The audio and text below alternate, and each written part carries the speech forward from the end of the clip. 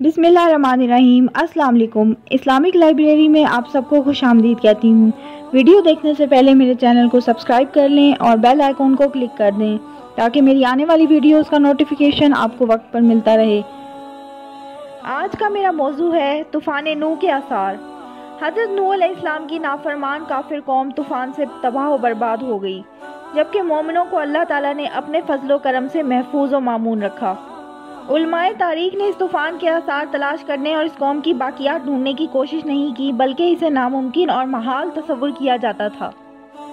پھر 1920 میں سر لیونارڈ کی سربراہی میں ایک ٹیم نے عراق میں آثار قدیمہ کی تحقیق کے لیے کھدائی کی۔ یہ ٹیم برطانیہ کے میوزیم اور امریکہ کی ایک یونیورسٹی کے محققین پر مشتمل تھی۔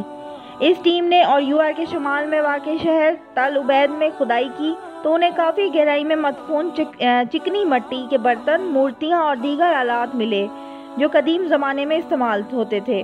لیبارٹری ٹیسٹ سے یہ بات سامنے آئی کہ اس مدفون ذخیرے کے اجزاء دریائے فرات کے وسطی علاقے سے پانی کے ساتھ بہہ کر اس جگہ منتقل ہوئے ہیں۔ اس سے معلوم ہوا کہ اس علاقے میں اس سے پہلے بہت کوئی زبردست طوفان آیا تھا۔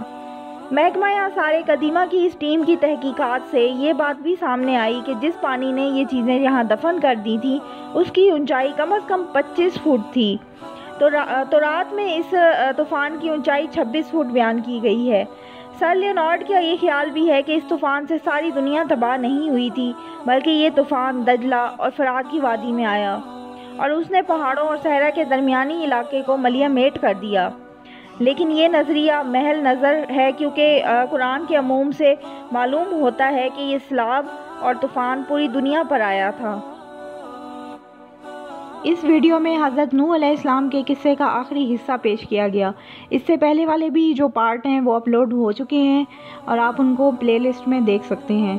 امید کرتی ہوں آپ کو یہ حضرت نوح علیہ السلام کی سیریز بہت پسند آئی ہوگی۔ اگر آپ کو یہ سیریز پسند آئی ہے تو مہربانی کر کے لائک کریں، سبسکرائب کریں اور اس جیسے اور کافی واقعات آپ کو آگے دیکھنے کو ملیں گے۔ اب آپ سے اجازت چاہتی ہوں۔ اللہ حافظ۔